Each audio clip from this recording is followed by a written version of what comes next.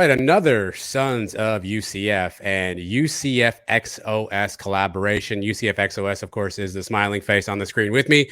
Andy is back for another week. Everyone seems to really love your breakdowns, Andy, so I appreciate you taking some time out of your schedule to do this, all the pre-work you put into it. People probably don't realize this, but Andy goes through, watches the game back, pulls out clips, adds in all the different graphics and stuff too. So just a big thanks to Andy for sharing his insight and joining me for another week, Andy. Definitely appreciate it. Absolutely. Thank you so much for having me. And you were at the game, so obviously I'm curious a few different things, and we'll get to the clips in a second. But let's just start here. Everyone's asking, like, hey, what happened? We were up big, 28-7, right? I told you off air here, I was strutting like a peacock through the house. I thought we were going to blow this thing out, and then they come back, and everyone's worried. What are we doing? What happened? What's all this? What's all that? Obviously, you saw it live when you were there, and you've now watched the film back. To people who are asking, Andy, what the heck happened in the second half? What would you tell them based on what you know about football, what you watched there live, and what you saw as you watched the playback? It was, it's hard to put into words exactly. So, that first series out, I think it was a turnover or fumble. We get the stop, we go down, we kick a field goal. Everything's gravy. Now it's 31-7. And then they break off that really long play with the T. And then, then when they finally do score, they put in the 2-point conversion. Then you start kind of doing that math there. And you're like, wait a second, they're at 15 now.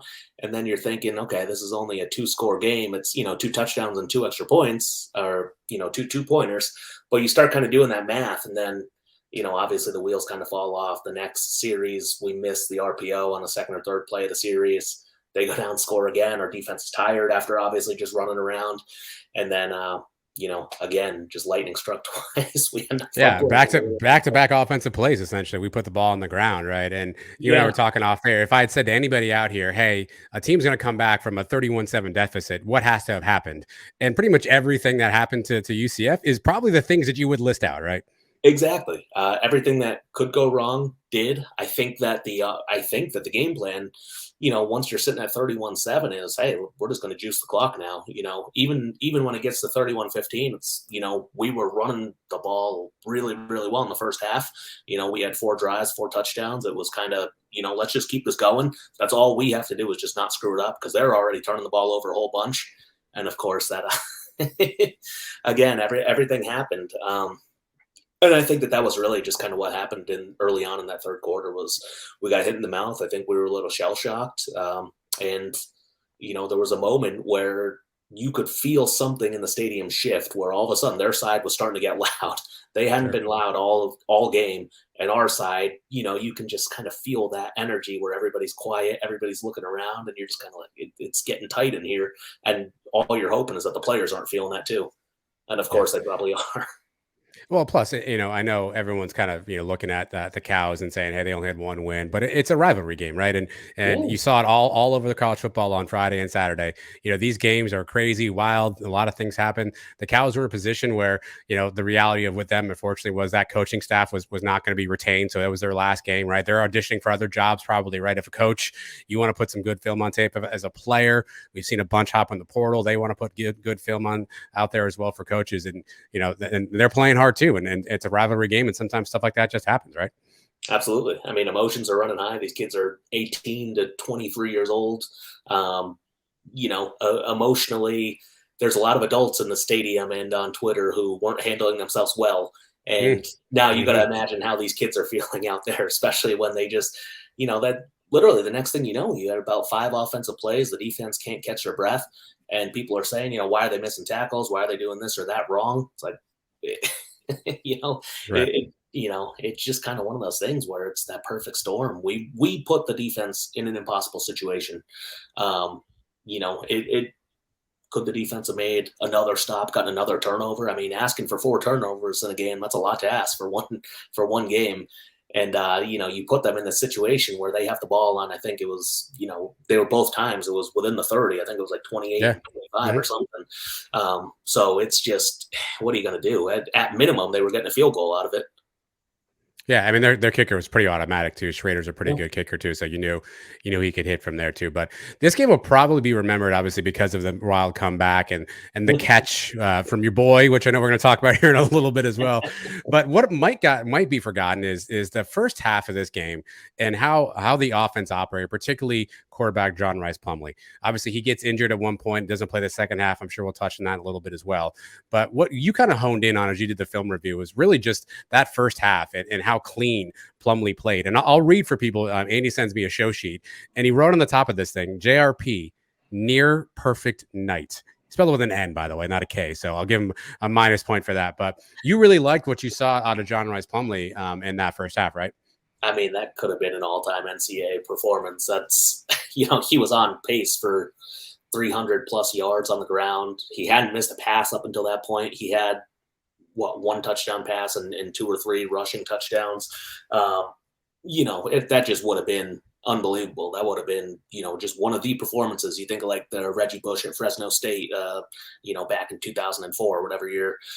And I mean, yeah, there was really just no stopping him. Unfortunately, maybe if they played a little bit more defense on USF, he wouldn't have been sprinting that hard. That's kind of one of those weird things to say, but he was running free just so easily. All of a sudden, he starts pulling up limp through his hamstring because he was running too hard. But yeah, it was just every single read. We've talked about this, weeks and weeks ago when we first started. A lot of the reads in the Gus offense, a lot of the reads that we're talking about on the RPO, it's not always that downfield you're reading, between the safety and what wide receiver is going to be open. A lot of the time it's reading, where the safety's playing, so it's run pass option, and that's getting us in the correct position a lot of the times. We go in there multiple. It's not like Peyton Manning, how he has 3 plays, left, right, and a pass. This is really, it's going to be runner pass option right there, but he's getting us in those correct positions, and that's really been beneficial for us. Well, let's take a look at the first one that you kind of dialed up for us here too. So I'll give a quick pause here. This is obviously first possession of the game. Still a bunch of time left here. What do you see in pre-snap? It looks like we got a little 3-by-1 here on the downside, the field side. Yeah, so we're going 3-by-1 open. It's third down, so we definitely need to get it. 3rd and 4. That's probably a little bit long for a typical run. USF decides to go in a man look. You see at the bottom and the top. They're both kind of in that press man area, and so they roll to the middle of the field close. So it's like 1 free. And basically, I mean, he just does a great job where nobody gets open initially. We have the little stop route, and then we have a vertical route going.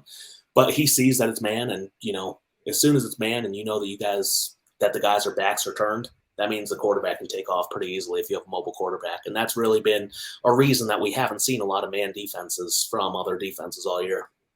You see the offensive linemen, they're like pointing back. Is that a check that they're making there where they kind of all sort of touch their right hip, or is that just, an idiosyncrasy? Part of it is communication. So they're looking at the front, they're looking at, so basically you 3 down with the 2 overhangs. One of them looks like he's coming off the right side edge. The other one left, he's really, he's like 2.5 off. He's probably not coming. If he is coming and the middle backer was coming, then you would have to, the running back would have to dedicate to one. So he's usually scanning up and in, and then the other guy ends up dropping off anyway. So we slid to the right. It ended up being a good slide. And you're kind of looking just for the most dangerous threats when you're looking which way you're going to have to slide your protection. I remember watching this play live because, I don't want to call anybody out, but our left tackle here got pretty well handled on that side. Do you think this was a designed run, or do you think this was an initial pass look just based on what you see here right now? No, I mean, I think we were taking the pass if it was available. But I think he just quickly realized, as soon as he needed to step into the pocket and get out of it, it was a pretty quick just talk and go. So I think, and that's, he does a good job of that too, where he's not necessarily always trying to break the pocket wide, which I think that you tend to see from younger guys is they get a little bit nervous and they want to go wide. And, he does a good job of stepping into it, stepping up, kind of that Tom Brady climb the ladder in the pocket. Yeah, I think when I saw this play live too, I think the underrated thing, obviously, again, on the left side there, the left tackle gets burnt pretty quickly there, and JRP steps up, but he kind of has to break a tackle here in the backfield, right? So he has to use his athleticism, his elusiveness, breaks a tackle there, his strength, and obviously then breaks the middle of the field and gets a huge first down for UCF. So that's just the added wrinkle that a JRP brings, right? And when the pocket collapses, he can still be a threat, even if that wasn't the design play. And that was a big first down for UCF. But later on in that same drive, we got a 3rd and 14 here, Andy. This is obviously a big chunky yards. At this point on this side of the field here, what kind of play call do you think we're looking at here? What do you see based on the formation? This was, so we were just in that 3-by-1 open to the, it was on the right side. Now it's on the left side. We saw that they were playing us man. And I think that was kind of one of those things where we decided, hey, if we're 3-by-1 open right now, let's see if they go back to man again.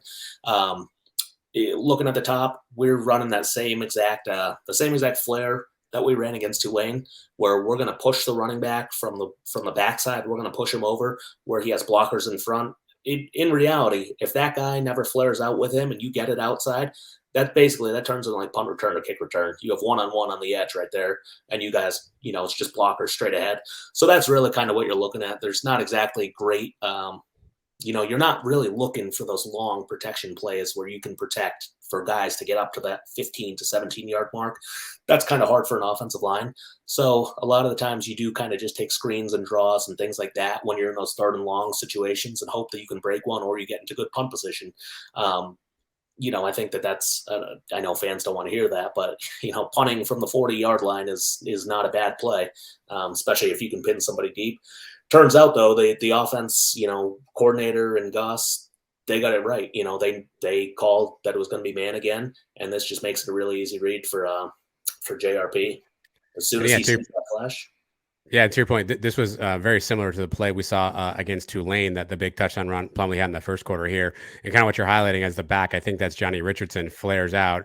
The circled player you have there goes with him, which at that point lets JRP know he's got the middle of the field wide open, right? He's got that one high safety there. But if he can just make one move or that guy gets preoccupied by a pass route, JRP will have a lot of real estate. And as we all know, as you saw what happened there, there's that real estate that he needed. Makes one guy miss, takes a bad angle there, gets a nice block downfield, and it is off to the races with a nice horns down. Oh, you took the horns down on Andy. Oh, that was the best part. That was the best part. But here it is from the end zone angle there. You see just the parting of the Red Sea. My goodness. Yeah, you can see, in 3rd down, they're kind of in those rush loops too. You see the DNs, they're doing those wide loops. And that's kind of what you're expecting too if you're thinking it's going to be pass. So they're getting kind of into their speed rush. And overall, I just think it was a great call for the situation. Again, you noted Baker just he makes that kill shot right at the end where, he ends up just blocking his guy into the other guy and he takes him out. And it's, it's something where now all of a sudden he's just jogging. He looked pretty happy about it too, by the way, at the end, right? Yeah, the last 30 yards, he's jogging by himself because all of a sudden now it's just, he tripped up his buddy and that's it. Nobody else could get there from that situation. That was the only guy that could have made the stop. So do you think we'll see, obviously, that seems like it's a staple kind of play, right? That UCF seems to like to go to at times and kind of figure out, will they get that motion, or will they get that guy who's going to maybe flare with the running back to see if they get the open field? Yeah, I think that's a few things. You're looking to see, how the defense is going to play your screen game, how the defense is going to play when you want to get the ball on the edge. College football is turned into a lot of you're just trying to get the ball quickly to the edges because it is, it's like punt return or kick return. You're kind of just turning it into get it to a guy in space, let him make one guy miss, and he might be gone. So we ran a few different screens. I know, I think in the 3rd or 4th quarter, we end up having one of the screens actually get blown up because the guy plays it hard down. And I think that some of the fans, they were complaining, saying, why are we throwing these screens? Why are we throwing these screens? Well, sometimes you're throwing these screens because you're also watching from up top. How are they playing it? If they're going to come out the roof and come down, now you know that you might be able to have that shot up the top. And that's, what we end up doing later on in the game. Our next series of plays, I know you kind of pulled out. These are more what you call the Q Jet Power. I sound like I know what I'm doing here, right? Yeah. This is the Q Jet Power read series, as you call it here. So what are we looking at here pre-snap? Again, looks like we got 2 at the top and one about to come out in motion there, one on the bottom. What are we looking at pre-snap here? Yeah, 3-by-1 open again. This time we're going to end up throwing the jet over. So too high. to the field side, they're playing a little bit looser. You can see on the bottom side corner, he's more in a zone turn. His eyes are in. His eyes are, he's not directly man turning into the wide receiver. Quarterback, though, he's not really, really interested in the corners right now because obviously we know it's going to be a run play. Pre-snap, he probably is looking at the safeties. But right now what he's looking at is he's looking right at the D end. And he's deciding, is that D end popping out or is that D end going to come down and try to get me at the quarterback spot? So if he ends up flaring out with the jet motion and there's a gap, then I'm just going to crease right underneath the gap because there's too much momentum. He can't stop himself and then come back and stop the quarterback. So he needs to do whatever he picks. You're trying to make him wrong either way. You're talking about the defender that's right about the 16-yard line, correct? Correct. Yep. Okay.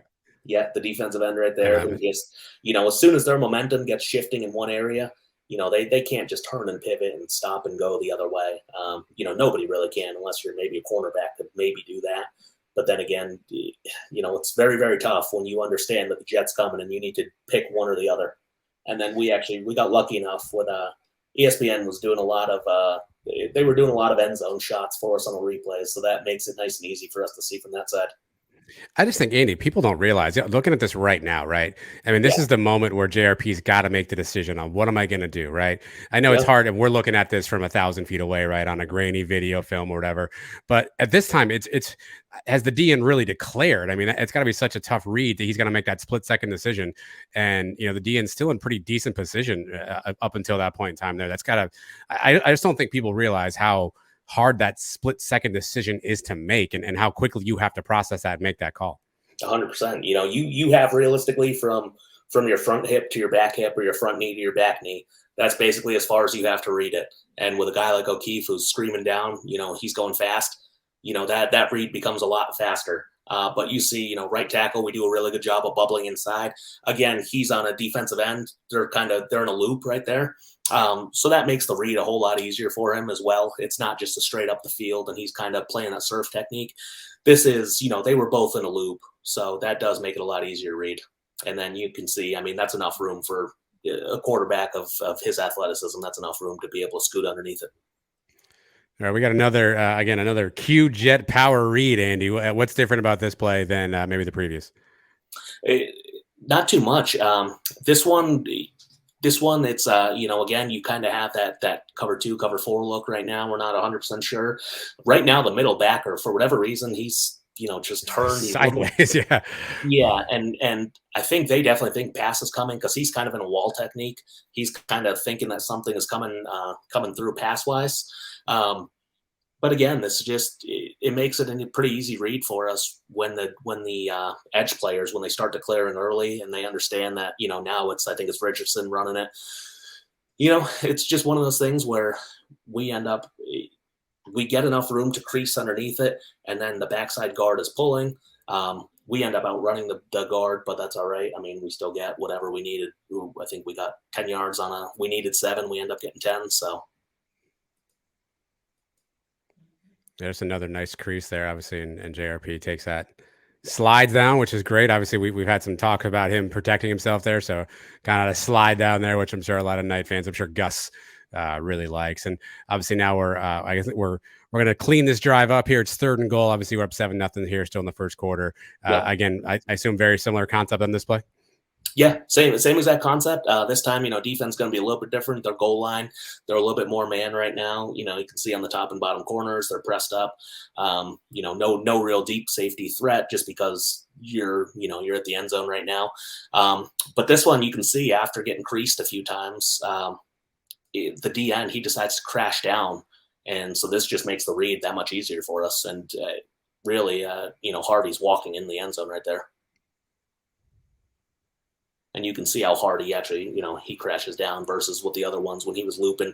And we were saying, it's a quick read. It's a bang, bang read. But I think it's kind of like, like a baseball player and they start seeing 95-mile-an-hour fastball. It's kind of, for us, maybe trying to hit one, the ball is moving, the blink of an eye. For those guys, they can start to tell the difference between, fastball, slider, changeup.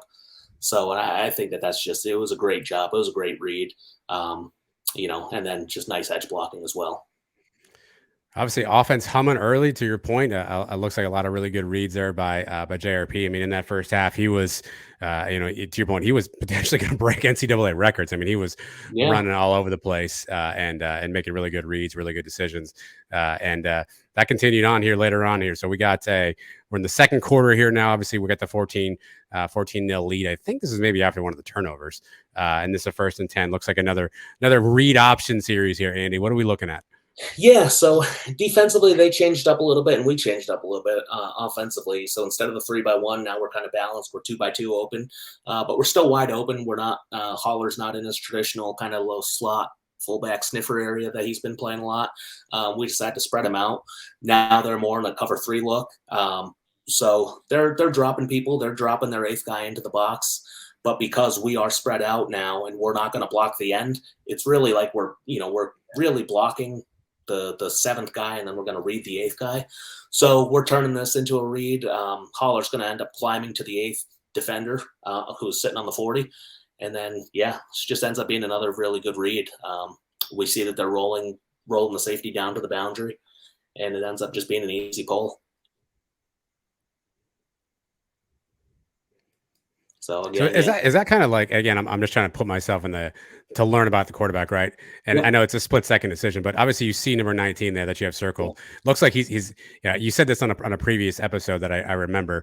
His left foot's planted in the ground there. His right foot's kind of off the ground there. So at that point, his weight's leaning in that direction. Is that something that JRP is kind of looking for to say like, okay, I can definitely see the lean that way. I can definitely see that he's kind of committed that way. Yeah, I think he's kind of probably looking through him, probably looking, shoulders to hips. He's kind of looking at his core, seeing which way he's going. And it definitely helps knowing, he's 9 times out of 10 usually the best athlete on the field every time he steps on the field. So that's definitely helpful because we've seen in other games before, it happened in the Navy game where he outran Marshall, he outran number 1. It wasn't the cleanest read, and he kind of got himself out of a bad situation. He did it with Louisville as well. He got himself out of bad situations. So I think that's one of those things where he's able to, even if it's not exactly the cleanest read, he knows that he has that kind of, magic card up the sleeve or whatever it might be. Right later on in the series, again, this is a little different formation though that I see. I think you called Alec Holler the sniffer earlier. Is that the sniffer position he's in right there? Yeah, he's kind of in that down position. Y off. He's not on the line. We do still have the tight end to the right, but yeah, he's sniffing across right now. You would think on a lot of these is traditionally you're going to have traditionally once they're split, you have the running back one side, sniffer on the other side. We're running split zone a lot. Instead, we flip it. So now they're on the same side pre-snap. And then same thing now, too high, but you can see the rolling down pre-snap. And he does a really nice job of just not touching the end, arcing, climbing up. Left tackle does a really nice job too of getting skinny, going up, and just letting the quarterback read it too. They're trying to avoid the D end. So they're trying to climb up outside of the D end so he can have a clean read. Again, I know we've highlighted this before, but to your point, Alec Holler gets out there. Obviously, Yep. he'll make a bigger play later on, but just a great block to get to that second level. And again, this is obviously the play where we saw Plumlee kind of tweak that hamstring. So now we're in the third quarter, and I'm sorry, fourth quarter. We got Mikey Keene in the game now, right? So again, we've talked from show to show. The same basic offense will be run, but obviously the skill sets are different, right? Mikey's not going to peel off some of the same runs that you saw JRP peel off. And the defense knows that too, right? Obviously, that's probably something that they've scouted and they've looked at. So now we got Mikey Keene in here, but it looks like, again, kind of the same set that Alec Holler, who I'll now call the sniffer from here on out, again, appears to be on that left edge. What are we looking at here as you look pre-snap? Same thing. Defense is already kind of pre-declared. They're going to be in what looks like a cover 3 shell. Safety's already starting to roll down towards Holler's side. So they got 8 in the box right now. We're trying to make the reads as simple as possible for our quarterbacks and for our players in general. As soon as he steps down and crashes down, you can see he's kind of, the left tackle, he's able to avoid him. He's basically falling forward now. He's starting to trip over himself. And Holler just does a really nice job with his, he has his walk-up step, and then he realizes, okay, he's crashing down. Now I'm going to keep arcing outside to the safety.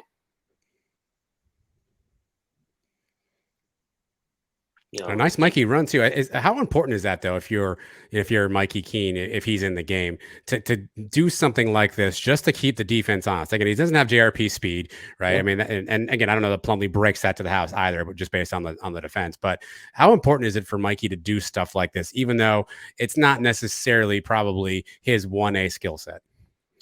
I think it's huge. I think that that's exactly it. You just hit the nail on the head where you definitely have to keep the defense honest. You're trying to keep them from being too one dimensional. We talked about that in prior episodes where is the offense more dynamic with one or the other quarterback? And with a mobile quarterback, in my opinion, it's always more dynamic. It's maybe not more efficient, but it's definitely more dynamic when you can add in that added element of you just need to cover somebody else in the run. He adds gaps to it. So right now, if you're able to read that end again, that's one guy who can go unblocked, and we can keep climbing up to the next level. So definitely, it was a great job just getting in that position. It was a great job getting down sliding and making sure that we're still moving the chains. All right. Well, you and I are talking happily tonight because of one key play here. Obviously, you all can see the score on the bottom of the screen. Avert your eyes if you don't want to have any more nightmares. UCF down 1 at this point. You see the time left on the clock there. 3rd and 8. Again, this will be a play, obviously, that probably goes down in UCF history here. But so take us back a little bit pre-snap here. Obviously, Holler's kind of in that sniffer role at this point, right? And this time he kind of flares out there and sort of heads to the boundary. What are we seeing pre-snap, and what are you seeing as Holler goes out with what the defense does? Yeah, so we're what you would call an upset right now. So we have the tight end, but we bumped the receiver over. So now they're probably going corners over on that side. Now you don't have corner over on the tight end side. You probably just have your backside safety. Corners bounced over there, and we decide to motion out Holler. And so that's going to end up pulling the safety out of there. And that's kind of giving us that little bit of an indication right now where they're going to be playing defense. So they're giving us a man look right now, especially because we are getting closer to the red zone, and that's how they're playing it. That's how they're playing a lot of our 3x1 open stuff. So 3x nub, we go into max protect. We know what we have called. We're going to fake the screen. We're going to pump that action. As soon as they see that, the cornerback starts triggering down. And at the same time, when the safety's trying to climb over and he thinks that he needs to help break it up as well, 2-on-1 or 2-for-2 blocking. So he thinks that he needs to also help come down, and then Holler just does a good job of keeping climbing. We have corner up top. He's outside leverage. We're gonna get inside of him on a post. And then, his eyes right now, he's looking at O'Keefe. And that's, we had hit him on a few screens already. And that's kind of the setup that we talked about just a few minutes ago was sometimes not every single play is just in a vacuum. Sometimes you're layering plays and you're looking for different things up top. So really, for you, the key indicator here is obviously at this point here. It's kind of funny when you kind of watch it back, right? You see Holler and O'Keefe are pretty much level at that point, and then Holler takes it to the top there. What do you make of Mikey's throw? Oh, we got a little flashback episode here. Hold on a second. I don't want to get to the flashback here. What do you make of the throw? I know a lot was kind of said in the post game of Mikey was like, look, I just put it up where either he was getting it or it's going out of bounds. Again, it's also important to remember sort of where we are here from situation 3rd and 8, 27 seconds left. Obviously, we still have 2 timeouts. We're obviously in position to kick a field goal here. So you don't want to do anything dumb, right? And force a turnover, do something that's going to maybe give the ball away. But I'm sure certainly Gus said this after the fact. While he trusts Colton Boomer, putting the game on the toe of a freshman kicker on the road, rivalry game, there's certainly some things about that maybe make you cringe a little bit. What do you make of Mikey's throw here, and just Holler's individual effort on this adjustment? Yeah, I mean, the catch is obviously it's pretty unbelievable. That's something that you can't really teach, or that's just kind of something that I think he would probably admit that it just kind of happened instinctively. I don't know if he fully was aware of where his feet were, where his body was. The throw, obviously, you could say, I wish it was a little bit here, a little bit there, a little bit quicker or something. End of the day, we made the catch, so I don't want to critique the catch or critique the throw too bad. And it is one of those things where it's, that's a pretty quick read right there as well, where you see what's happening, see where the action is, and you just got to let go of the ball because there's not a whole lot more room once you're in the red zone. We were getting close to the sideline. There's just not many more places that you could put the ball. I look at Mikey's throwing motion. Maybe I'm making this up, so you can call me an idiot if you need to. It almost looks like as he throws it, he's like falling away, like almost like he's getting pressure. Like he's almost kind of is that just part of his throwing motion, you think, or is there something maybe with the pressure that kind of leads him to like almost looks like he's gonna fall over as he kind of throws that ball? Um, I mean, he does look like he's leaning a little bit to the left. I don't necessarily know I don't necessarily know maybe if that's just camera angle or if maybe he did think that he was feeling some pressure coming in from the right. It could be potentially where he might have just been aiming straight at the pylon and saying, "Go get it." I'm going to put the ball where I need to, and you better be there. So it could be a few different things. But overall, it doesn't look too crazy.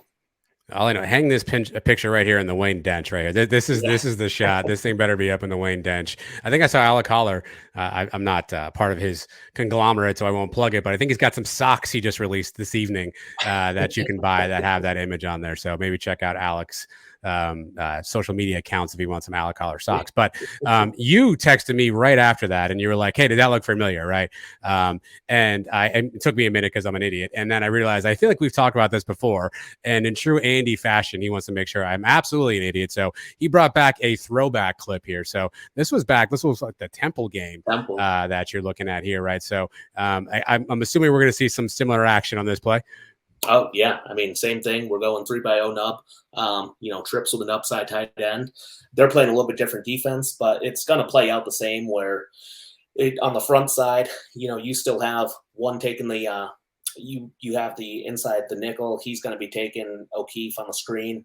You have I think that's Stephen Martin up top.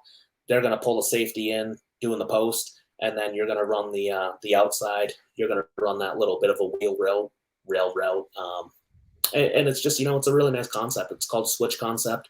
And it's one of those things where if their eyes get caught looking at the wrong thing, it can happen that quickly. It's roughly the same part of the field, and that's basically the same exact thing that we were looking at right there. And then this was from a few weeks ago, the Cincinnati game. We don't have the screen on right here, but it is going to be that same 2 behind 1 concept of switch route where we're going to run the post and we're going to run that wheel right behind it up the sideline. And that's Holler there and that sniffer roll again. Exactly. I love it. This is I remember watching this live where you were kind of highlighting, if he maybe waits a beat longer, and this could be a game-ending touchdown at that point, just based on the game and the score. Yeah, O'Keefe this time he's got his hand up. If he rips the long one, then that's a walk-in touchdown for him. But I think it's just kind of one of those. Obviously, this was his first game. Cincinnati was his first game of the season, getting in live reps.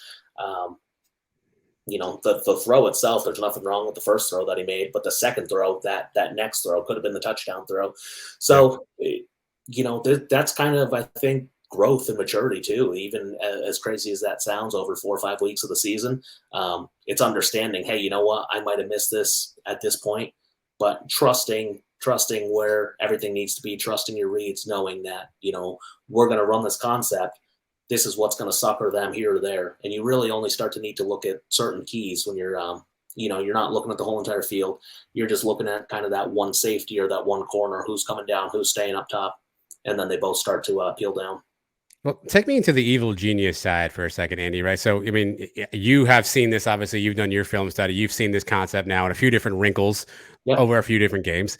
I assume that the opponents we play, i.e. Tulane this weekend, I assume they also have a defensive coordinator and a defensive staff that studies this stuff as well, right? So as an offense, now UCF's obviously putting this on a film. In theory, Tulane can kind of understand this. Is that why you're seeing kind of the variation in wrinkles from play to play? I mean, it hasn't been the same, exact formation every time. Is that just part of what Gus and the staff are doing, is saying, okay, we've shown this, we still like this concept. How do we change it a little bit to make sure that it's something that maybe the defense doesn't pick up on?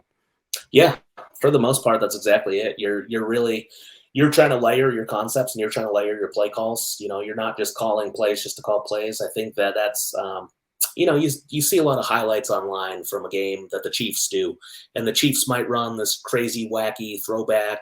They do something else, and then people start thinking like, oh man, why doesn't my team do that? And part of it is they have Patrick Mahomes or they have the Chiefs, and that's you're trying to run the concepts that you can run. You're trying to run the concepts that you can teach, and it's a matter of what can we install without breaking the bank on our own playbook. We don't need to reinvent the wheel. There are certain wrinkles that we can do off of everything that we have, whether it's bending a route a certain way or, turning up a vertical here or there. So, and we've seen a lot of that on our RPOs. Sometimes we run the glance route, that skinny post, or sometimes we run it as a hitch. Sometimes we're going to run it as a speed out. So we just, you're putting in all sorts of variations. You're trying to make a few different plays look like a lot of different plays. And a lot of the times it's formations and motions that are going to try to help adjust that and try to help trick the defense and make their eyes go in the wrong directions. Well, again, I think a lot of us want to forget that Cal game. Obviously, it came out with a win, which we all enjoy, probably a little closer than anybody wanted. So we probably all want to put that behind us, largely because, Andy, we got a big one coming up here Saturday. So by virtue of that win against the Cows, we now have a chance to have a rematch at Tulane. Again, if you haven't joined us before, or if you're watching this for the first time, go back on our YouTube channel. Andy has a breakdown video he did of the Tulane game. So if you want to see kind of a full-on breakdown of UCF's scheme and their tactics, their performance against Tulane, watch the rest of this, then go back on the YouTube channel and you can check that out. But that was 3-4 weeks ago now, Andy. So since then, Tulane's played a couple different games, a couple different opponents. So I know what you wanted to do was kind of get back and look at some film and say, okay, where is Tulane maybe different? Is there anything that you've seen in the last couple of weeks that can help us kind of precursor, what we're going to see against Tulane on Saturday? But let me start here for a second. There's a myth, right? There's a media myth. There's a fan myth that it's really tough to beat the same team twice in one season, right? Now, on the Sons of UCF podcast, UCF Mike dismissed that a little bit and said, hey, in the NFL, the Giants and Cowboys play twice here every year, right? And so that's in the NFL. I get that. But at a college level, just like we saw with the Cows, any given Saturday, you never know what can happen. Yeah. How tough is it for a UCF now to go and beat an opponent for the second time in a season, especially being that UCF's obviously shown a lot of film and it's the last game of the year? Yeah, that you're always trying to keep everything progressing, whether it's offense or defense throughout the year. You're always trying to add a few new wrinkles every few weeks, just so your film doesn't get too stale and they can read off. And you're doing self-scouting throughout the year as well, and you're trying to look for your own keys and tendencies and having a kind of code break on yourself and what you are doing.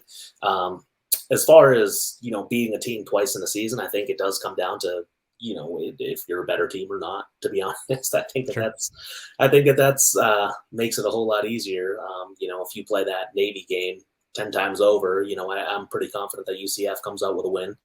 But I think that's sometimes what makes it hard to beat that same team twice, is when you're even and you start playing home or away, or there's different tendencies like that. Right now, obviously, the disadvantage for us is, one, we're going on the road. Two, quarterback might not be 100% healthy. So I think we are going to have to do some adjustments, and we are going to have to get a little bit unique compared to the game plan we had 4 weeks ago or 3 weeks ago, whenever that was, and compared to the game plan that we had against USF. I think we are going to have to change it up, probably more similar to what you saw against Memphis. I think it's probably going to be a little bit more declared up front, whether we're going to be running or passing. And not to say that that's a bad thing. It's just going to be, I think we're just going to have to be kind of crisp with what we do and with the execution. I'm pretty confident we're not going to have 3 turnovers again against Tulane. But at the same time, I don't think we're going to generate 3 turnovers either. So, last game was pretty clean overall. I don't even know if there was a single turnover in the first game. Higher penalties, but I know we had a fumble that we recovered. But we had 2 actually we recovered. I think JRP fumbled, and it wasn't called a fumble, right? But he actually clearly fumbled. And Sam Jackson, I think, dove on another loose ball too. That's something else too I want to touch on really quickly before we get to Tulane film. And you highlighted this in a message you and I were sharing this week, is ball security. And you showed this again. If you haven't seen all of our tape, go back, and I think it's the Cincinnati film that you showed. And you had some concerns a little bit about some of the way that the backs and receivers were carrying the football. Again, we saw the Cows, really, I guess the Mikey one is a little bit unique, right? Because that's sort of a misread there in the backfield and riding off somebody's hip. But the other 2 were strips of the ball, in traffic or while running. How concerned are you about some of that ball security stuff as you think about coming into this week? And as coaches, is there anything they can do this week to be like, hey, by the way, don't fumble?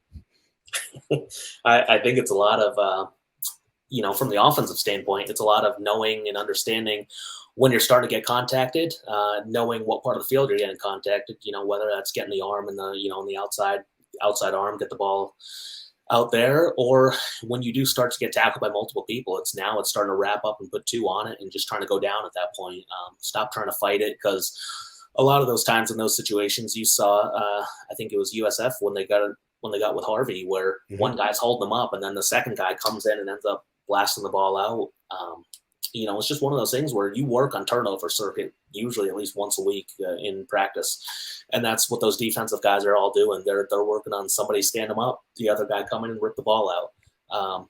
Offensively, it's doing a lot of the little things correctly. It's making sure you're covering the points on the ball. It's high and tight, and understanding that it's better to live for the next play, whether and especially in hindsight now you can see it, and you wish maybe some of the blocking held on for a little bit longer, whether it was I think it was Hudson and I don't know who the other wide receiver was out there when O'Keefe got there's just a few different things right there. But in reality, you try not to worry about it because you don't want to lose your confidence, and you don't want them to lose their confidence either. Confidence is obviously a big part of it.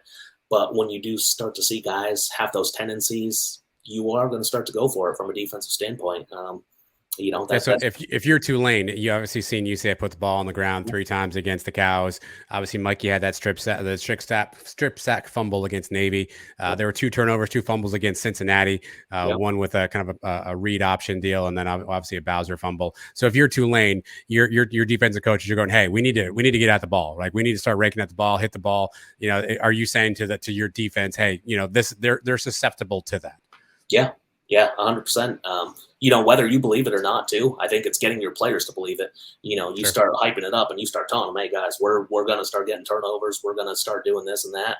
And you really want them to believe that they can do it. I think I saw the stat that I believe Tulane right now is undefeated in games they've generated a turnover. So, they didn't against us, but that's the other games, they've had turnovers. They've done a good job of it. So I think that's definitely something that they're going to be looking to do, especially when if it is a dynamic offense, you need to do everything you can to start flipping the script on it. All right, Andy's foreshadowing it for everybody watching Saturday, ball security, and seeing if Tulane will take some chances and try to knock some fumbles out. But Tulane had a chance, obviously, to play this past weekend while we were playing the Cows. They were playing on Black Friday against Cincinnati. This was essentially a de facto play-in game to get to the American Conference Championship. Obviously, Tulane came out on top. But we're going to look at some of the defensive stuff here now, Andy. So, obviously, Cincinnati in red has the football. Tulane in white is on defense. When you look pre-snap here, again, I know you maybe don't know Cincinnati's offense as well, having not studied it every game like you have UCF. But what are you seeing pre-snap on both the offensive and defensive side?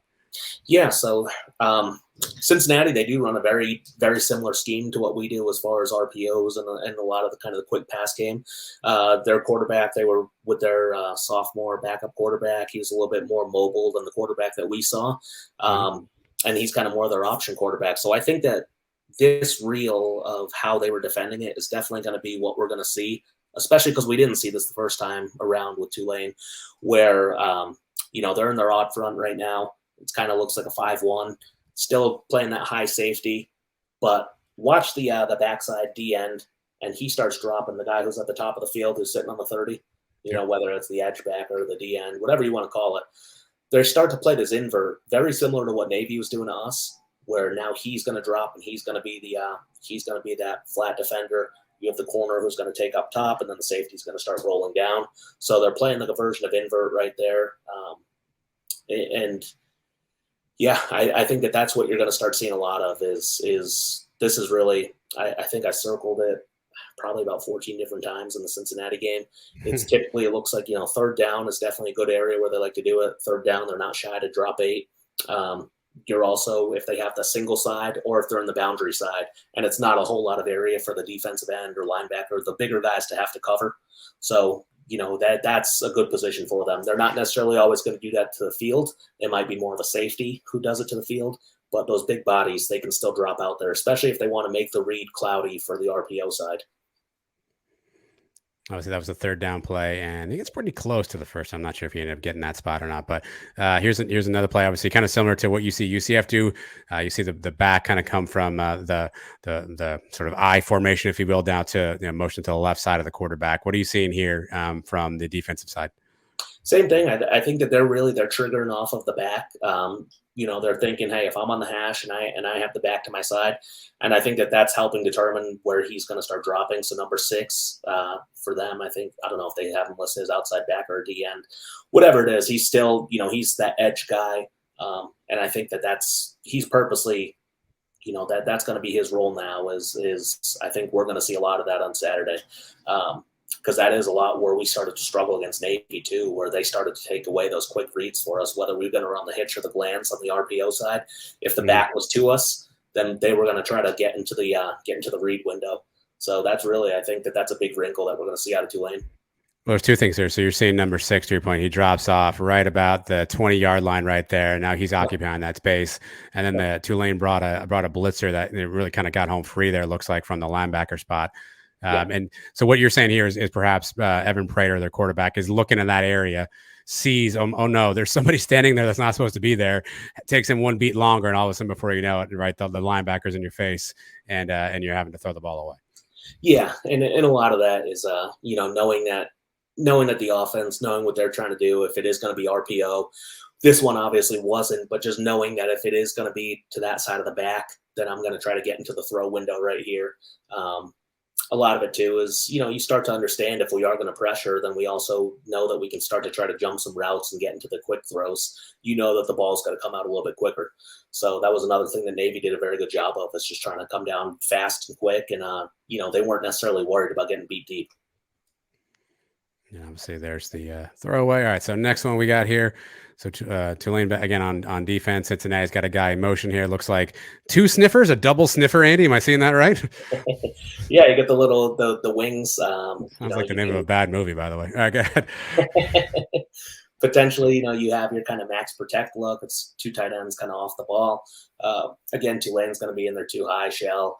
And that's really what you're going to see out of Tulane. I don't think that they're going to get away from their 2 high, but they are always going to try to roll one safety up, one safety down, and they're going to play mostly cover 3 or versions of cover 3.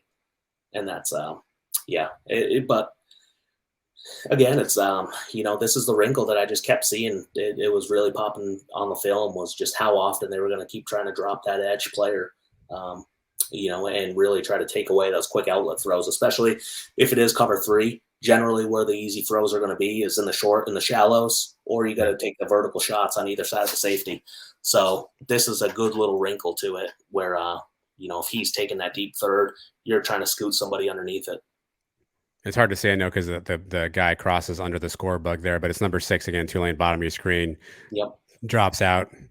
Prater winds up for like a month and then and makes that throw. That one's completed though. But to your point, now he's got a tight window. He's got to get that in, right? Because now he's got to get that over, over the linebacker's head and then obviously into that tight window. Exactly. It's a good throw. I mean, you're not going to win them all.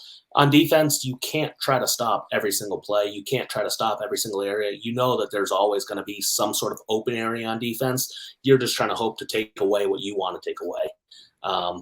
And you have to live with the offense making the occasional play.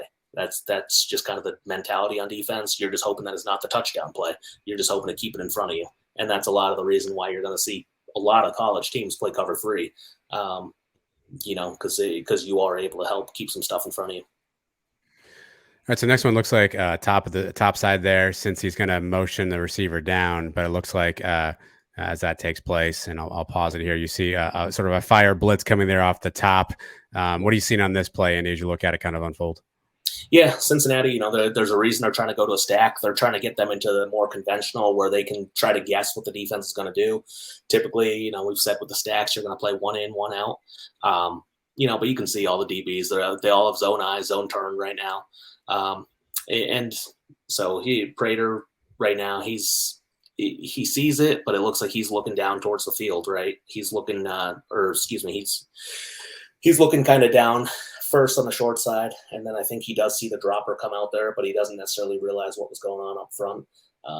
He ends up doing a nice job of finding that middle crosser, knowing that it is going to be that cover 3. He is seeing the rotation go opposite, and now he was able to sneak it in the window. So there's definitely going to be some windows out there available. Like I said, I mean, every defense is going to have its own little pockets here or there, but it's just understanding that I think Tulane is really not going to want to get beat by the RPO again. And, we were really getting them pretty good on quarterback run and RPOs. They've been beat on quarterback run pretty much all year. So this was definitely, I think, I don't know if they probably watched some of the Navy game and decided, hey, I kind of like that wrinkle of what they were doing. Let's put this in and let's start putting that pop out edge. Well, that's going to make, and I know next up, you're going to cover a little bit about what UCF can kind of do offensively to counter some of this stuff, right? But that's going to put crisp, on target throws at a premium for UCF, right? Which may or may not have been the strength of Plumlee throughout the year. Again, uncertainty who plays. I think everyone assumes that if Plumlee's healthy, Gus has said he's the quarterback, right? So we'll see if that shakes out. But that's going to put a premium on him really making great reads and making sharp, crisp throws into some of these tight windows. Yeah, absolutely. And like we said, it's 3rd and 6. We know, 3rd and 6, it's going to be passed down. They're not shy of dropping 8. They're not shy to get out there and kind of, force you to make that tight window throw. So, if you sit back and you don't try to dictate the game on offense, they're going to do a very good job at it at Tulane. They're pretty confident, and their linebackers, I think both those guys, number 1 and 2, I think they both made conference All-American again for the second year in a row. D-line is pretty good. So they try to be aggressive. They try not to put a lot of guys in the box so they can start to play coverage on the back end.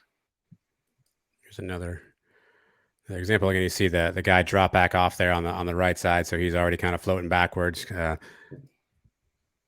Yeah, and that's a little traffic in the middle there. Yeah, and that's a pick too, right there too. So that's and to your point, they want to load guys back there, right? To just get hands, get bodies, just get things in the way, and we'll play this through. You'll see kind of the tip ball and traffic, and all of a sudden turnover to Tulane. And as Andy pointed out, if they get a turnover, they typically win. Yeah, Dorian Williams, number 2, he's a great player. That ends up coming through.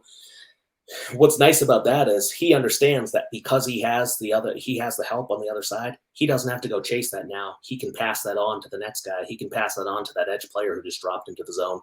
So, he's letting something cross his face, and that guy's able to stop the throw. And I think that's what Prater saw was, he thought on the mesh right there. He's like, oh, okay, I think I'm pretty good. He ends up putting a little bit too wide, and that's kind of one of those other things, just philosophically, why I know fans sometimes ask, why don't we throw it in the middle more? UCF, that is. A lot of the times, one tip pass, one miss, anything like that. I mean, it's very, very easily could be an interception just because of that's every single zone defense is going to have guys in the middle right there, whether it's 2 or 3, one rat, you're going to have a guy always in the middle. Andy's a big Hulu fan here. What are you seeing on this on this pre-snap? Right now, very, very light. It's got kind of more of a man look, more of an odd look up top, middle field closed. Only 5 right now in there, 3rd and 9. You're expecting a pass coming in here. So 3-by-1 open, and then they're motioning through. But this is finally where I think Cincinnati, is starting to realize what's going on. I don't know. It took them a while, but I think that this is where they start to realize, okay, here's what's going on. Here's how we should start playing it. And they start trying to drive, and they start trying to get into the windows where you understand where the deep safety is going to be. So he's kind of running that deep middle curl. So he knows that the safety can't get beat over the top. So he's going to settle it down underneath it.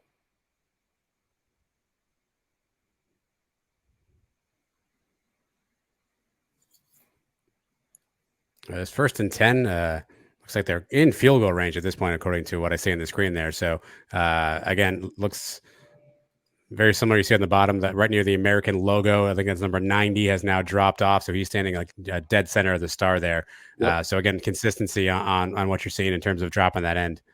Yeah, that's what they're going to keep doing instead of traditional, say, cover 3 on the roll 3. You would probably have the safety come down and he'd be the flat. You might have 3 sky. They're turning it more into 3 buzz or 6 buzz, and they're putting that edge player to become. He's now the flat defender, and the safety's taking the inside. He's taking the inside curl window. And I'm not going to say Prater's an exact comp for JRP, of course, right? But I mean, he is a bit of a mobile quarterback to some extent, right? So he's got the ability to extend plays. I think I'm moving too far on this one, but he's got the ability to extend some plays here. So maybe something we might have to see JRP do against this style of defense on Saturday. Yeah, absolutely. Especially, if they're gonna sit back and they're gonna play their drop eight, you're gonna have some extra time. If they start getting pressure with only three guys rushing on five blocking, then that's a big issue. Or if you keep a running back in or a tight end in and they're still able to get pressure with a 6-man protection, that's a really big issue. Luckily for us in the first time around, we didn't really have a whole lot of issues with that. Our O line was, we were strong. We were able to help move the defense along. So I'm thinking and hoping that that's going to be, again, what we're able to do to them. I just think that they're just going to try to show us different looks, and that this is going to be, I think, the main look that we're going to see if it is JRP out there. And I guess Mikey, too, because Navy is doing that a lot to him as well.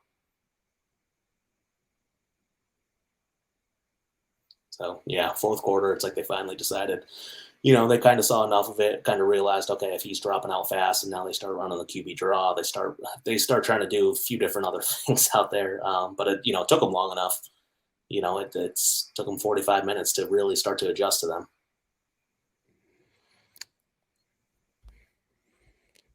All right, so we've got an understanding now maybe what Tulane is going to do defensively, Andy. So now put your offensive hat on. So you are, how do you scheme against this? What do you think that UCF may try to do, maybe should try to do to counter a little bit of what it is that that we might see from Tulane? Yeah, so our typical RPO that we've been running for most of the year has been haulers in, and we typically read the backside, and we try to throw either that quick hitch, or we throw the skinny post, we throw the glance, or we just hand it off for the run. You saw we started to adjust in the USF game, and we started to go 3-0 or 3-1 open. This, I think, is going to be one of the main adjustments that we're going to have to do to Tulane and neutralize what they're trying to do to us, neutralize that little dropout where we're now, instead of reading the short side, the boundary side, we're going to start reading the field. So you can see we're running the running back on towards the field side. We have Holler on the hitch. We have, we're pushing we're pushing the second guy vertical, and then number one is in a hitch as well. So we're reading that area where we're going to see, is whoever's defending that area, are they sitting flat-footed, or are they going to start entering into the run fit? And that's what we're trying to see. Is it a clean throw to the hitch, or do we have to hand it off? Gotcha. Yeah, and I think that's just going to be another, a good way if they do start trying to drop out and if they're trying to do that to us, neutralize our first RPO that we like to go to, then this is, we're comfortable doing this. And the good news is, if it is Mikey playing or if it's JRP playing, we know what to do, and we know that both guys can run the offense doing this. This is about as easy as pitching catches you're going to get. So the one thing, one thing I'm pretty confident on is, even if we're burning them on this, we're not going to see them adjust to man, because they've already been burned enough on the man. So I think that if they do come down, they're going to have to start changing up their structure a little bit, which I think, again, will play into our favor. But again, that's easy pitch and catch. Defenders behind him. Defender has to pick one of the guys to cover. Unfortunately, we got to catch that, though. By the way, that's a great example. What you're talking about, kind of thrown over the middle, right? That's the risk reward there. That I think glances off Holler's hands, and luckily the cow guys are stuck in mud, I guess. But I mean, that's one of those where you have to be really careful about some of those throws. Yeah, and I think that's going to be a big adjustment. That if we see their end and their edge dropping out like that, then we're just going to move down the line. We're going to say, all right, we're not going to run that anymore. We're going to get back to what else we can do, how else we can option them. And that's another good way of doing the 3-by-1 open. Another way is going into stacks again. We know that they're going to have to play stacks a certain way. 1 in, 1 out is typically how you're going to play it. You're probably not going to get certain looks to it, and that's fine. We understand that. And this is just going to be another way. Again, it turns into almost like special teams. If you get the screen out there, it's one guy blocking and one guy trying to tackle, and now it's just one-on-one with a defender if you get the ball to the edge. This time, we're able to, run it straight up the middle. They're playing high safeties. They're playing split safety.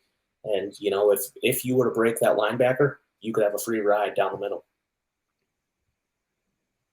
So, I think Gus is as much as people want to make him out to be a stubborn guy, I think that he also is.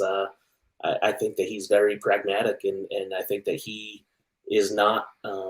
I think he's not afraid to just take what the defense gives him. I think sometimes he tries to take a little bit more. Maybe he tries to run some of those trick plays, those gadget plays. But it's something where he does a good job of seeing what's out there. So if you're UCF offensively, do you go into this and say, okay, I'm gonna try to establish the run like I did last time and basically prove or make Tulane prove to me that they can stop it, right? So I'm gonna do what we do. I'm gonna go run the ball, see if they have a stop, see if they can adjust, and then sort of try to pivot to some of the things you're talking about, or do you start off with that new wrinkle and then wait to see how they adjust and then kind of hit them with the run game? I think that we'll start with a base play. I think that we're probably going to start with our opening game script. We get like 15 or so, and we're going to do certain motions that we want to see how the defense adjusts to it. We're going to run certain plays because we want to see how the defense is going to adjust to it, and that's going to help tell the story for us. After Tulane, I said after the second series, I think Gus kind of knew he had the game won because they didn't adjust and they didn't do anything. Now he was like, okay, well, I'm just going to keep doing this over and over until you finally adjust to it. I think that that's where this opening series is going to be very, very crucial to us, even if we're not getting a touchdown on the very first, in the very first few plays. Like last time, I think we got down immediately. Yeah. I think that this is definitely going to be one of those things where we're looking up top, and that's where the spotters are going to be very crucial to us, saying this is how they're playing it. And just get them in those certain situations where we are going to want to see how are they going to adjust and play the boundary side, edge player, corner. Is the corner dropping and now the linebacker, he's going to drop out to the flat, or are they going to play us like they did the first time? If they are playing it with the boundary corner and he's dropping out and all of a sudden the linebacker's going out there, then we know that we can make our adjustments to 3-by-1. We can run the RPO to the field, or we can try to start running right underneath that guy as well. So we can start doing a lot of the jet and that type of stuff as well. Let's turn our attention now to Tulane's offense. So we record these on Wednesday. On Wednesday, Andy, was announced that Tajay Spears was the American Conference Offensive Player of the Year. I know he was somebody you talked about last time we talked about Tulane, and how he likes to get on the edge, and he can obviously really gash you. I think he had 8 for 130 against UCF last time. Some of that was skewed by a couple of big runs, of course, right? But still a scary player to have to go against. And here's one that you're kind of looking at in terms of defensively, what kind of keys that UCF can look into to try to either figure out the right coverage or the right call as it relates to Tulane's offense. Yeah, and I think Cincinnati, they're playing what I expect, similar structure to what we're going to be doing. They're going to do a lot of middle field closed, a lot of similar to what we're going to be doing. Just the general tendencies that you see out of Tulane, it's not completely uncommon to us either. When you have the back, so Spears, and then they have their tight end in that little wing spot. If they're on the opposite side, you're probably getting cross zone, split zone, like what we run a lot of the times, where Holler's going to be kicking out the backside end, and then Spears is pressing on the front side with the line. If they're on the same side, that's where we're seeing a lot of the other action. They're going jet to that side, or they're running counter back on the other side. So it's a lot of the times you are trying to key off of the tight end, off the sniffer position, and you're trying to see exactly, all right, now we have a split backfield. Split backfield, you can see Cincinnati, they're starting to adjust it. Now they're putting their 3 technique out there to the field, and they know that zone is coming. So unfortunately, they're not able to squeeze it and get there. But it is one of those things where tendencies and tells, and you understand that, it's probably going to be split zone out of this formation for them.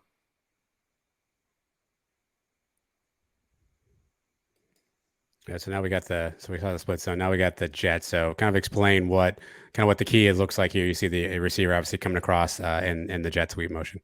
Yeah. They're trying to give them something extra to think about. They're trying to give them a little bit of eye candy.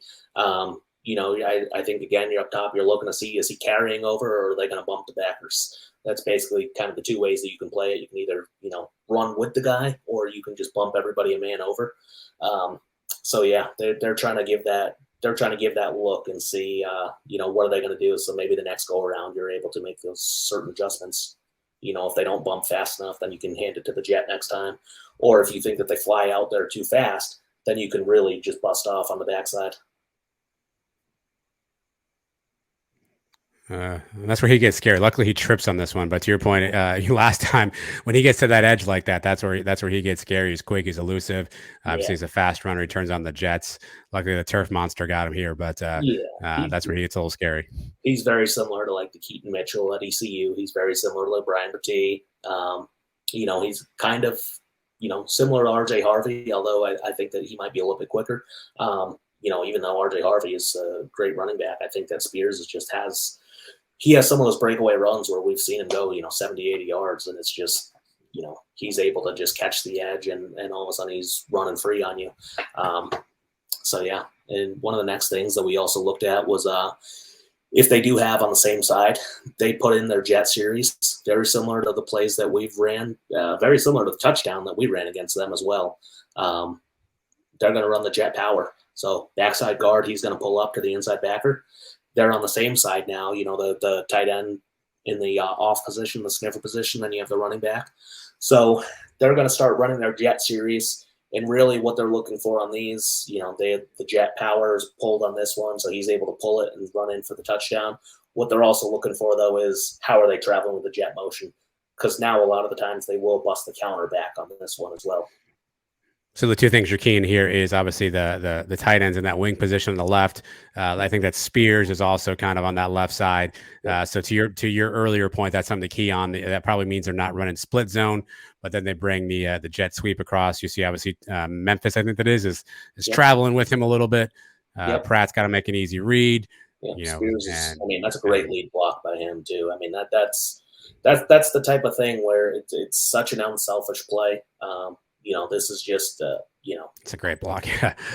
And that's something where that's about kind of the pride thing we talked about, blocking on the edge. You're not getting the ball, but you're going to do everything you can to try to get your team in the end zone. Again, same side. Now you have the slot and the Jets coming back to it. So they're just going to keep, this is part of what they like too. We were just doing it to USF as well. You're trying to make these easy reads and you're just trying to simplify the game. That one, quarterback just does a really nice job. The D end, he's so far upfield. He doesn't get a ton of yards, but he doesn't need a whole lot either. Plus, I think he's offside, so I think they actually got this one on penalty there. Yeah. So, all right, same thing here. We got, again, same side. You see the jet sweep. Here's Pratt. So is he reading that D end right there? Is that essentially what his read is, whether or not he's going to give that to the jet? For this play, yeah. For this play, yeah, he's reading the end man on the line. So, and if they were to stunt, do something else, if it's corner, safety, somebody else coming down, he's reading the end man on the line is where you're denoting that. But the backside guard, he's still pulling up to the linebacker. He decided to give that one. And then and then you start to get a little bit further down into the just the wrinkles of the play, into the nuances where you start to run these jet series. And this is where it gets scary a little bit is, if one guy is flying. So like for us, in our instance, O'Keefe, it's kind of a track meet to the edge. If you get him the ball on the edge, he could be gone that way. But now you start winding back on the counter through the backside. And that's really what, that can be challenging too. Very, very challenging, especially when you're trying to key off certain people, you're trying to key off certain things. And if your eyes start to get caught up with the jet, you can start to get burned. So that's why I think a lot of the teams, Navy did it to us. They're going to really start keying off your fullback tight ends position.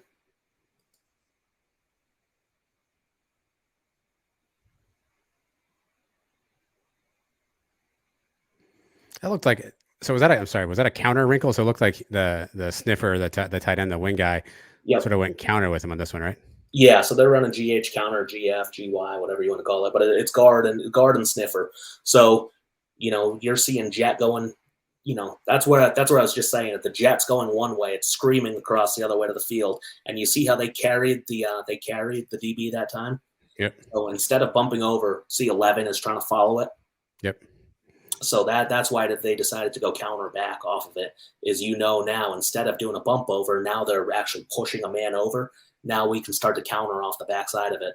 And that's why that's why you have your spotters up top, and that's why they're looking for specific things. And we talked about layering plays, knowing that, hey, if I'm going to run this motion, I'm looking for this. You don't just run plays you don't just run certain things just to do it, just because you think it looks cool or fun. And I think that's what you do on Madden, Andy. I don't understand. Well, that's exactly it. Yeah, everybody pass every single down on Madden, and nobody likes to. Four verts, baby. Let's go. So that's why a lot of these things where you're looking for very specific keys. So if the tendencies and tells, if you have same side and you're getting a lot of jet, and now all of a sudden you counter off the backside, that can bust into a long play. The play that Spears had against us for 70 yards to start the game in the first quarter, that was off counter. We didn't fit it up well, and he ended up just, he got to the edge and he was, tackled at the 10-yard line.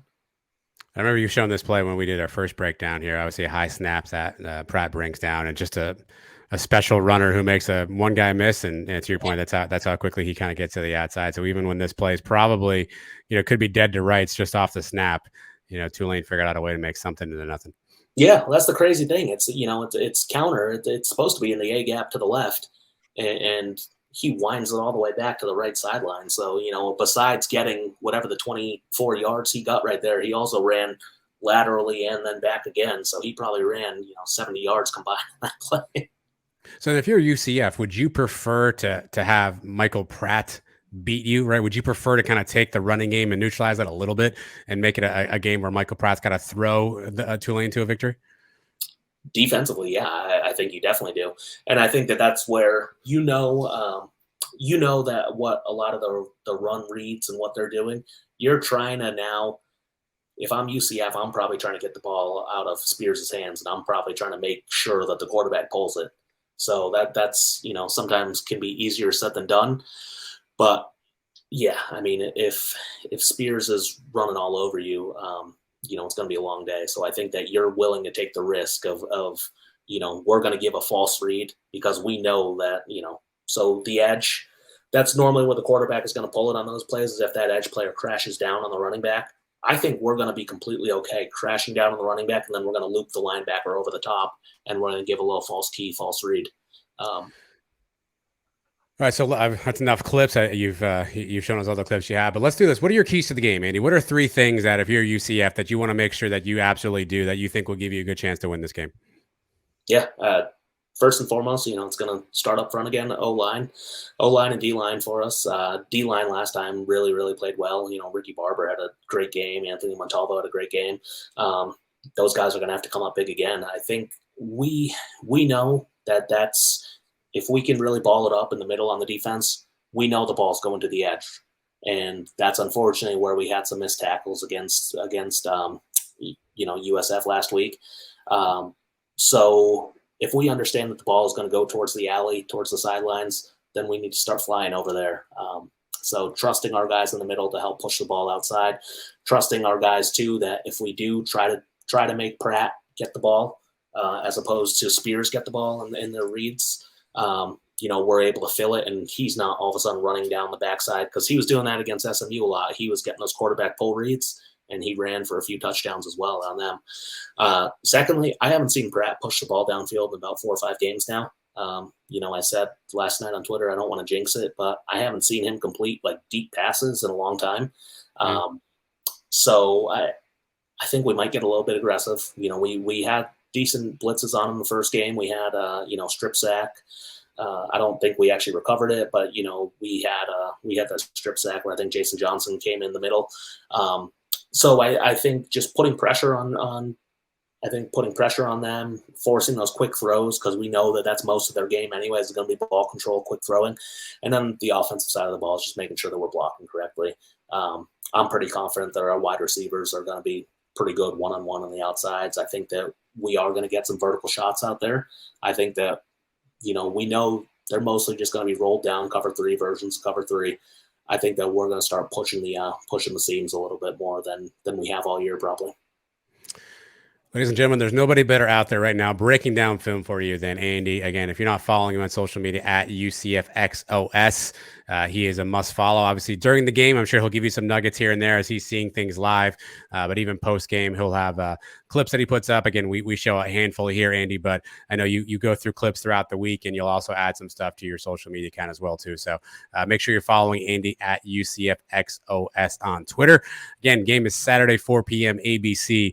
UCF traveling to Tulane for the American Conference Championship, the last game in the American Conference for UCF.